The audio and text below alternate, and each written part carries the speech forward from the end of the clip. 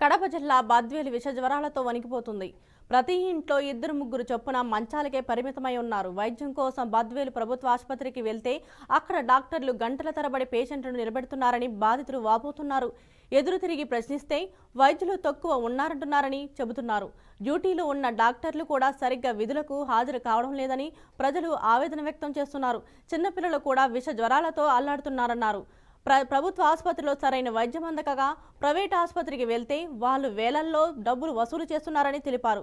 అంతేకాకుండా నిబంధనలకు విరుద్ధంగా మెడికల్ స్టోర్స్ వ్యవహరిస్తున్నాయని మండిపడ్డారు. అధికారులు స్పందించి చర్యలు తీసుకోవాలని ప్రజలు వేడుకుంటున్నారు.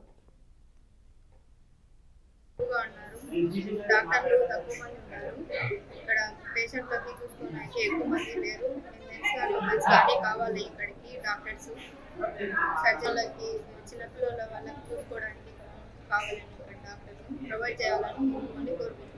ఇక్కడ పేషెంట్లు ఎక్కువగా ఉన్నారు, డాక్టర్లు తక్కువ మంది